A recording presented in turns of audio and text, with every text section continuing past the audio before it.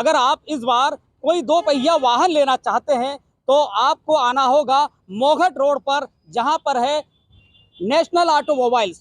जी हाँ, यामाहा का ये शोरूम, जहां पर आपको कई प्रकार की गाड़ियां मिलेंगी, अलग अलग वैरायटी की गाड़ियां मिलेंगी।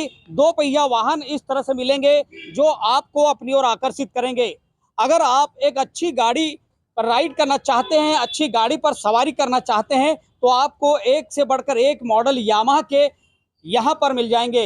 यामाहा की यहाँ पर अलग अलग तरह की गाड़ियां हैं। अगर आप परिवार में किसी भी तरह के बच्चे के लिए लेना चाहते हैं, बड़े के लिए लेना चाहते हैं, यंगस्टर को अलग अलग बाइक की जरूरत है, तो आप यामाहा के इस नेशनल ऑटोमोबाइल्स के शोरूम पर आएंगे, जहां पर आपको अलग अलग वैरायटी की गाड़ियां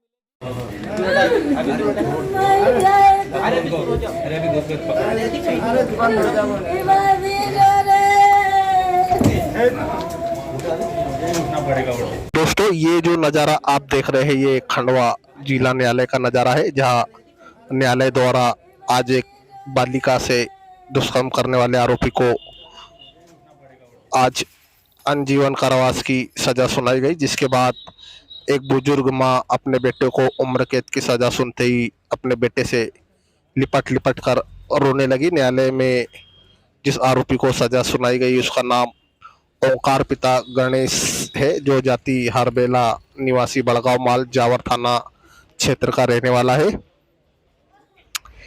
आरोपी द्वारा एक बालिका को शादी का झांसा देकर बहला फुसला कर ले गया और आरोपी ओंकार ने बालिका को गोवा घुमाने ले गया, जिसके बाद आरोपी ने बालिका को सारंगपुर गांव में लेकर आया और एक झोपड़ी में आरोपी बालिका को लेकर रहने लगा, जिसके बाद बालिका की साथ इनने कई बार उसकी बिना मर्जी के साथ दुष्कर्म किया, जिसके बाद न्यायालय ने आज आरोपी को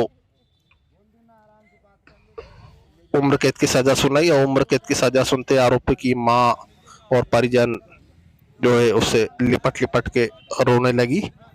ये आप देख सकते हैं कि किस तरीके से एक मां अपने बेटे को उम्र कैद की सजा सुनते ही बेटे से लिपट लिपट कर रोने लगी और पुलिस से हाथ जोड़कर निवेदन कर रही है कि उसके बेटे को आप पुलिस वाले कहाँ ले जा रहे हैं। ये बुजुर्ग मां पुलिस वालों से हाथ जोड़कर निवेदन कर रही है।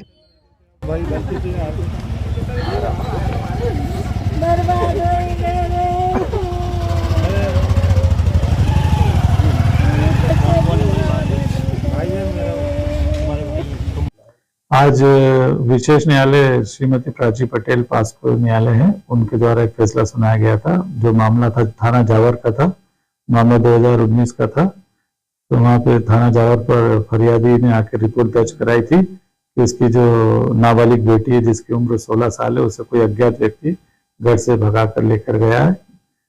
फिर पुलिस द्वारा इसमें विवेचना की गई थी। विवेचना दौरान आरोपी पीड़िता को दस्तावेज आरोपी के कब्जे से किया गया था। आरोपी जो था वो उसका नाम ओंकार पिता स्वर्गीय गणेश था, जिसकी जाति हरबोला थी, सामान्य जाति का था और उसकी उम्र 19 साल थी।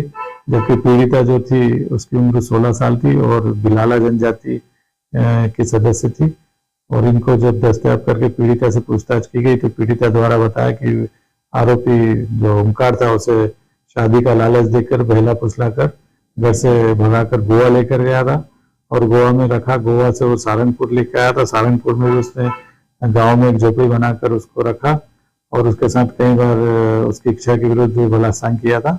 इसी आधार पर माननीय न्यायालय ने उसको दोषी पाया गया था।